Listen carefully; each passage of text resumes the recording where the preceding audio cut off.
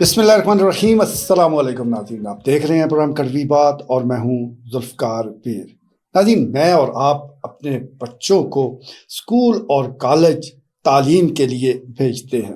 کیا ہم یقین کے ساتھ کہہ سکتے ہیں کہ ہمارے بچے وہاں صرف تعلیم حاصل کر رہے ہیں؟ تو اس کا جواب بڑا سادہ سا ہے کہ بالکل نہیں، کیونکہ بدلتے وقت کے ساتھ بچوں کے لیے جو خطرات ہیں وہ بڑھ بھی چکے ہیں اور اس میں کچھ تبدیلیاں بھی وہ آ گئی ہیں۔ ایک وقت تھا کہ والدین کو صرف یہ فکر ہوتی تھی کہ ہمارے بچے کہیں تعلیم میں پیچھے نہ رہ جائیں، فیل نہ ہو جائیں، زیادہ نمبر حاصل نہ کر سکے، تو اس کے لیے وہ توجہ دیا کرتے تھے۔ کوئی اور خطرہ ان کے ذہن میں ہوتا بھی نہیں تھا اور تعلیمی اداروں میں موجود بھی نہیں تھا۔ لیکن اب مختلف خطرات ان تعلیمی اداروں میں موجود ہے۔ سب سے بڑا تو منشیات کا خطرہ ہے، اس پر پہلے بھی ہم بات کر چکے ہیں۔ یہ صرف چکوال کی بات نہیں، جہاں جس تعلیمی ادارے میں آپ چلے جائیں، بڑے سے بڑے تعلیمی ادارے کو آپ دیکھ لیجئے، وہاں پر بھی بچوں کو جو اس وقت سب سے بڑا جو خطرہ ہے وہ منشیات کا ہے، اور اس سلسلے میں متعدد ایسے بچے ہیں، ذہین بچے ہیں جن کا فیوچر تباہ ہو چکا ہے۔ تو سب سے بڑا خطرہ تو والدین کے لیے وہ منشیات کا ہے، لیکن اس کے ساتھ ساتھ ایک اور بڑا خطرہ بھی اب ہمارے سامنے ہے۔ خاص طور پر اگر میں ضلع چکوال کا ذکر کروں، یہاں جتنے بھی تعلیمی ادارے ہیں، ایک دو کو آپ چھوڑ دیں، اکا دکا کو آپ اس میں سے مائنس کر دیں، اکثریت ایسے تعلیمی اداروں کی ہے جہاں زیر تعلیم بچے جو ہے وہ باقاعدہ گینگ بنا رہے ہیں، وہ باقاعدہ ایک دوسرے کے ساتھ شرطیں لگا رہے ہیں، ایک دوسرے کے ساتھ وہ دشمنیاں بنا کر ایک دوسرے کے ساتھ باقاعدہ ان کو چیلنج دیتے ہوئے لڑائی جھگڑے کے میدان سجا رہے ہیں۔ آپ کو بڑی حیرت ہوئی ہوگی کہ یہ کیسے ممکن ہے۔ آپ اس سلسلے میں ذرا تھوڑی سی توجہ دیں، تھوڑی سی معلومات حاصل کرنے کی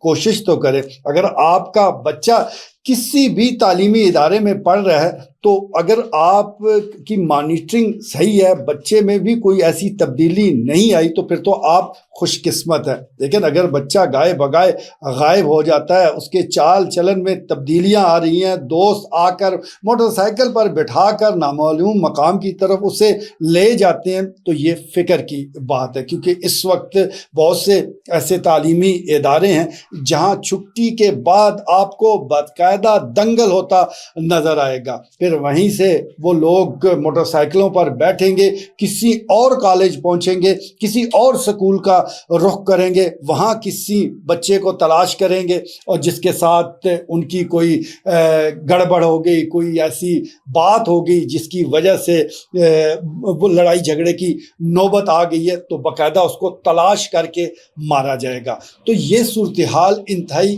گمبھیر ہے، انتہائی خطرناک ہے۔ والدین کو پتہ بھی نہیں چلتا کہ ان کے بچے جو ہے وہ کن سرگرمیوں میں مصروف ہے۔ کچا ذہن ہوتا ہے، اتنی سمجھ بوجھ ہوتی نہیں ہے کہ وہ کس خطرے کے ساتھ کھیل رہے ہیں۔ وہ آگ کے ساتھ کھیلتے ہوئے آگے بڑھنے کی کوشش کرتے ہیں، اکٹھے ہو کر بھی لڑتے ہیں، الگ الگ بھی لڑتے ہیں۔ پھر سب سے بڑا مسئلہ سوشل میڈیا کے ذریعے وہ ہمارے سامنے آ رہا ہے۔ انسٹاگرام پر باقاعدہ ووٹنگ ہوتی ہے، کسی کی ڈی پی کی ووٹنگ ہو رہی ہے، کسی نے کوئی اور چیلنج دے رکھا ہے، اور اگر وہاں ہار جیت ہوئی ہے تو پھر اس پہ اختلافات شروع ہو جاتے ہیں۔ پھر کسی نے ووٹ دیا ہے تو جس کو نہیں دیا وہ اس کی مخالفت میں باہر آ جائے گا، وہ اس کو چیلنج کرنا شروع کر دے گا۔ تو یہ ساری صورتحال ہمارے اب سامنے ہے، ہمارے لیے ایک نیا اور بڑا چیلنج ہے۔ پب جی کا ذکر بھی آپ نے سنا ہوگا، اور اس نے کئی نوجوانوں کی وہ جان لی ہے۔ تو پب جی ہمارے لیے ایک اور بڑی مصیبت کی شکل میں وہ ہمارے سامنے، آپ کو یاد ہوگا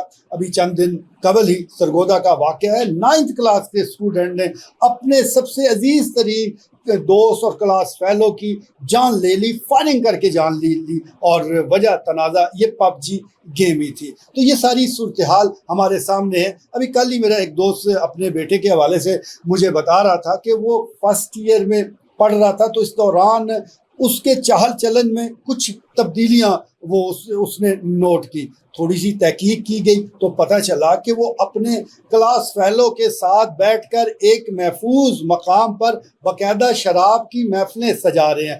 اچھی بات اور خوش قسمتی میرے دوست کی یہ تھی کہ اس کا بیٹا ابھی اس لت میں مبتلا نہیں ہوا تھا. لیکن کتنے دن بچا جا سکتا ہے؟ آپ جب جس ماحول میں بیٹھتے ہیں بہت جلد اس میں رنگے جاتے ہیں. تو یہ سارے خطرات ہمارے لیے موجود ہیں منشیات کی شکل میں، اور یہ خاص طور پر جو گینگ بنا کر ایک دوسرے کو چیلنج دیتے ہوئے ایک دوسرے پر حملہ آور ہوا جا رہا ہے. خدا نہ خواستہ یہ بچوں کے مستقبل کے حوالے سے انتہائی خطرناک عمل ہے. کسی کی جان جا سکتی ہے، کوئی شدید زخمی ہو سکتا ہے، کسی کو کچھ بھی ہو سکتا ہے، چاہے آپ کے بچے کو کچھ ہو، چاہے خدا نہ خواستہ کسی اور کے بچے کو کچھ ہو. کسی کو بھی کچھ ہوگا تو یہ کسی کے لیے بھی اچھا عمل نہیں ہے. تو اس سلسلے میں میری والدین سے بھی یہی گزارش ہے، میری اساتذہ اکرام سے بھی یہی درخواست ہے، اور بالخصوص جو مختلف بڑے تعلیمی اداروں کے مالکان ہیں، پرنسپلز ہیں، ان سے بھی میں ہاتھ جوڑ کر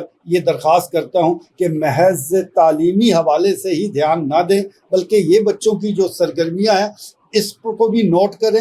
اس سلسلے میں آپ والدین کو بھی لمحہ بلمحہ باخبر رکھیں. جس طرح ان کو آپ بتاتے ہیں کہ آپ کے بیٹے کی فیس نہیں آئی، فوری طور پر رابطے شروع ہو جاتے ہیں، فوری طور پر آپ والدین تک پہنچ جاتے ہیں. تو بالکل اسی طرح اسی جذبے کے ساتھ اگر ان کا بچہ کہیں ڈی ٹریک ہو رہا ہے، کہیں ایسے لڑکوں میں بیٹھ رہا ہے کہ جو صحیح نہیں ہے، جن کا عمل صحیح نہیں ہے، تو فوری طور پر والدین کو بھی آپ بتائیں. سب مل جل کر، معاشرہ مل جل کر کام کرے گا تو تبھی یہ جو ایک خرابی ہمیں پیدا ہوتی نظر آ رہی ہے اس سے ہم بچ پائیں گے. ورنہ تعلیمی اداروں کے حوالے سے اس وقت سب سے بڑے خطرات منہ کھولے وہ ہمارے سامنے ہیں. ہم ڈرتے ہیں اپنے بچوں کو ان تعلیمی اداروں میں بھیجتے ہوئے کہ نہ جانے وہاں کیسے لوگ ہوں گے، کن لوگوں کے ساتھ پالا ہو پڑے گا، اور پھر آگے جو بچے کا تعلیمی مستقبل ہے وہ تو ایک طرف رہ گیا. وہ وہاں سے کہیں گینگسٹر بن کر نہ نکلے،